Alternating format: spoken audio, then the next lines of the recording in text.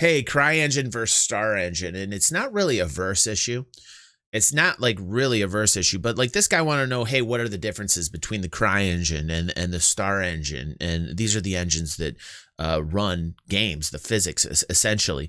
And he's posting this out in general. And, you know, here's a list of things from Clive Johnson, who's a Cloud Imperium employee, who he says, hey, here's some of the things that have been changed, replaced, and added. And you guys can see this.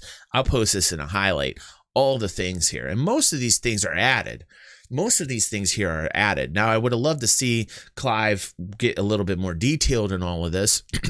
But hey, you know, the guy only has so much time, but he was really, really accommodating to a lot of the questions. And I will post this link in the YouTube highlight. But the thing that people have to understand is that like there's a lot of people who said, oh, why don't you create your own engine? Like, why don't you start up with a brand new engine? And like that is very difficult to do. That is a lot of publishers will take an engine. Oh, that's a great name.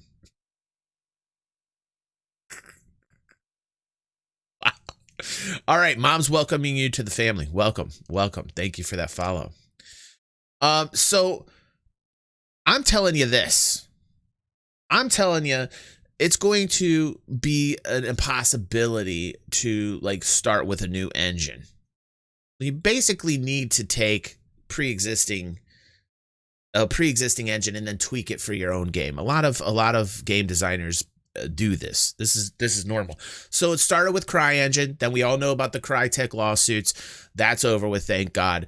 And then as CryEngine started getting upset, they switched over to Lumberyard, right? They took elements from CryEngine. They took elements from Lumberyard. Now they're calling their StarEngine. And in no way or shape now, there's probably maybe 25 to 50%. That's a big range, but there's probably 25 to 50% of actual physical code that is still CryEngine and that is still Lumberyard. But everything up to now has been changed and now is StarEngine. Okay. So that's what we're calling this engine. It's called StarEngine. And yes, there's elements of CryEngine. Yes, there's elements of Lumberyard, but it's not that anymore. And, you know, reading through this, what I've garnered from the employee is that, hey, it is very difficult to bring people in who are coders to understand the code up to this point that is now StarEngine. And I think a lot of the instability that we see on the servers, a lot of the instability that we see with the engine has to do with the fact that this code has been modified and added to and revised. And to get people on that same page to realize this is the engine, that's the difficulty. And that's where we're seeing like some stability issues, because it is very, very new. What they're trying to do isn't like other games, period. Anyhow, Red Bear says, every time I hear someone say go to another engine or make a new engine, I think they can trough all the work away and restart all over. Right. I watched you on SC Leaks, says Big, and then you were in my recommended today. Awesome. Well, thank you. I'm glad you're here, dude. Welcome to the stream, dude. Thank you, man. And Effigy says, okay, let's start over with a new engine. Only 10 more years before release. Right. So this whole thing where people are just like easily saying, like I'm reading in chat right now, you know, we're laughing about it because I want people to understand that this is not something that really is going to be viable, where they're just going to scrap everything and start over. That's not how it's going to ever happen. It has been an evolution. Started with Crytek, evolved to Lumberyard, and now it's StarEngine.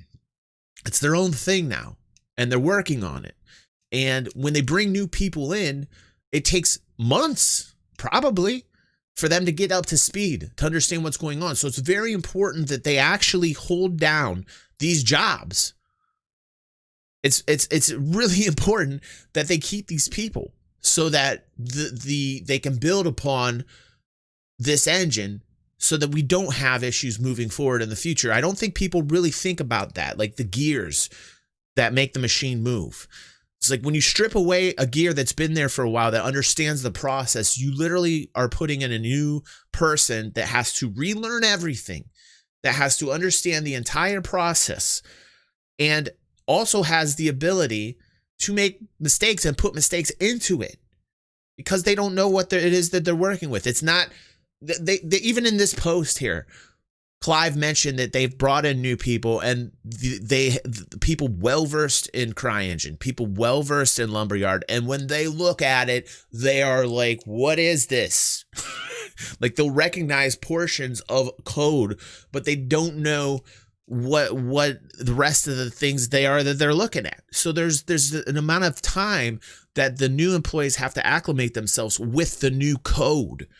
And I think what we're seeing a lot of times is more so problems with new people coming in trying to figure out what it is going on with the engine. So that's just my take on it. And I'm glad you guys are talking over here. Like, it's nice. Yes, it is a Frankenstein monster. It is pieced together parts of CryEngine. It is pieced together parts of Lumberyard, and it has now become StarEngine. It's alive. It's alive. Sounds like Arnold Schwarzenegger. I felt like I was going like, get to the chopper. Anyway, you know, and I just want to get that out there because a lot of people are like oblivious to this.